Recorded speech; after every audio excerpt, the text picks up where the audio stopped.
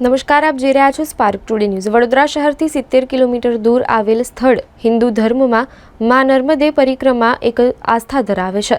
ત્યારે ચૈત્ર નવરાત્રિના આઠમના દિને તિલકવાડાથી શરૂ થતી પરિક્રમામાં ખૂબ જ મોટી સંખ્યામાં ભક્તો ઉમટી પડ્યા હતા। રાત્રિ દરમિયાન પણ ભક્તો મા નર્મદે પરિક્રમામાં પગપાળા જોડાયા હતા। વડોદરા શહેરથી આશરે 70 કિલોમીટર દૂર આવેલ મા નર્મદા ની પરિક્રમા માટે વડોદરા શહેર તેમજ આજુબાજુના ગ્રામ્ય વિસ્તારોમાંથી આશરે લાખોની મેદની અહીંયા ઉમટી પડી છે। મા નર્મદેની પરિક્રમા કરી અને તેમના જે મનમાં મનોકામના હોય તે પૂર્ણ થાય તે માટે આજે મધ્યરાત્રિએ મા નર્મદેની પરિક્રમા માટે લાખોની મેદની આજે ઉમટી પડી હોય ત્યારે ખૂબ જ આનંદ અને ઉલ્લાસ છે। અહીંયા આગળ આશરે 2 વાગ્યા હશે પણ અહીંયા આગળ જે આવ્યા છે યાત્રાળુઓ તેમની ખુશીનો કંઈક અલગ જ મિજાજ છે।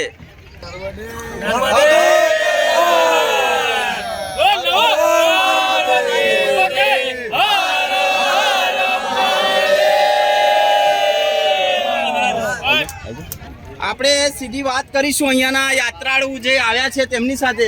ભાઈ, આજે આટલી મધ્યરાત્રિએ આપ અહીંયા આગળ પધાર્યા છો, આપણને શું અહેસાસ થઈ રહ્યો છે અને મા નર્મદે પાસેથી આપ શું માગી રહ્યા છો?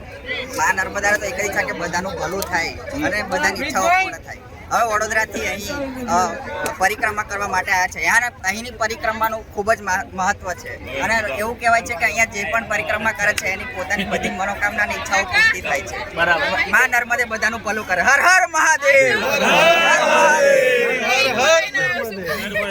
આપ ક્યાંથી આવ્યા છો? અમે વડોદરાથી આવ્યા છીએ અને પહેલી વાર અમે વ્યવસ્થા અમને બહુ ખૂબ સરસ લાગી। ગવર્મેન્ટે સારી એવી અને અહીંના ગ્રામ્યજનોએ સારી એવી સુવિધાઓ ઉપલબ્ધ કરેલી છે।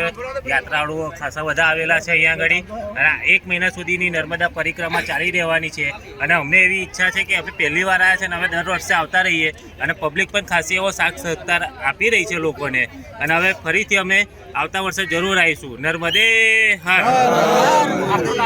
મારું નામ તુષાર દવે।